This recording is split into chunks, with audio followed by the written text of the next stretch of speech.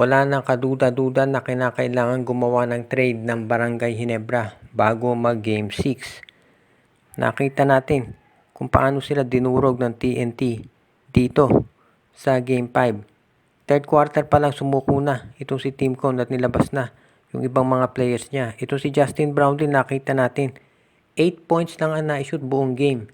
All-time low yan sa kanyang PBA career. May mga nakapansin na iika-ika ito si Brownlee, kaya may mga usap-usapan na baka ito'y na-injure. Hindi natin natitiyak, pero kung na-injure si Brownlee, delikado Ginebra, mapipilitan sila na maglaro ng All-Filipino o kaya gagamitin si Brownlee kahit injured. Kaya ito talaga ang magiging problema ng Barangay Ginebra. Kaya sa ngayon, pwede nating masabi na itong Barangay Ginebra talaga ay kinakailangan gumawa ng trade. No choice na sila dyan.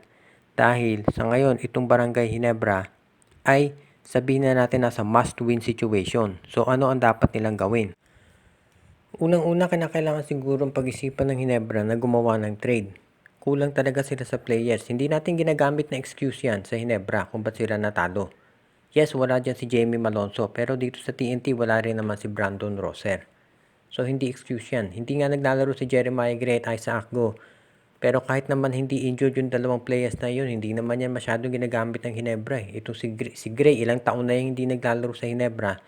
So hindi naman yan malaking factor talaga para sa kanila. Pero kinakailangan walang duda na gumawa sila ng adjustment dito sa lineup nila. Yan ang maliwanag. Kung si Ben Adamos hindi gagamitin ni Coach Tim Cone, i-trade na lang yan kasama na itong mga iba nilang players katulad nila Jason David. Pangalawa, kinakailangan pag-isipang mabuti ng Ginebra kung paano sila mag-a-adjust at kung sino ba yung mga players na pwede nilang kunin. Kung ite-trade nila si Ben Adamos, big man dapat ang kapalit niyan. Posible na si Kai Balungay ang kunin nila.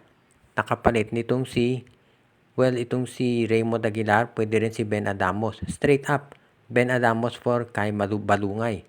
O kaya naman, kung ayaw i-trade ng Phoenix si Kai, pwede subukan nilang ibigay sa Converge itong si Ben Adamos or di kaya dito sa Rain or Shine, kapalit ni Keith Datu.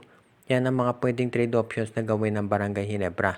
Bukod dito, pwede nating masabi na itong Ginebra ay kukuha rin ng ibang mga players na magagamit nila. For example, itong sila kay Mark Carino, magagamit yan, o si Louis Sanggalang mula dito sa Terra Firma Jeep.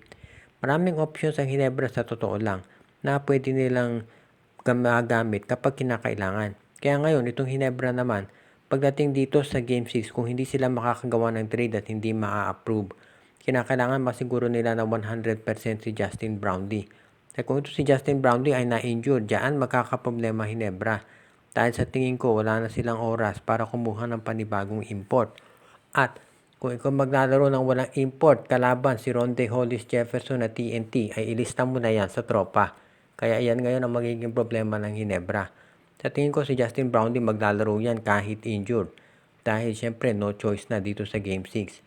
Kung ikaw naman itong Barangay Ginebra, kinakailangan masolusyonan mo itong ginawang depensa ng TNT dito kay Brownlee. Kaya yan ngayon ang kinakailangan baguhin ng Barangay Ginebra. Kailangan ma-free up nila itong si Justin Brownlee para masiguro na makakabawi para dito sa susunod na game. Yan ngayon ang aabangan natin kung ano ang gagawin ng Ginebra.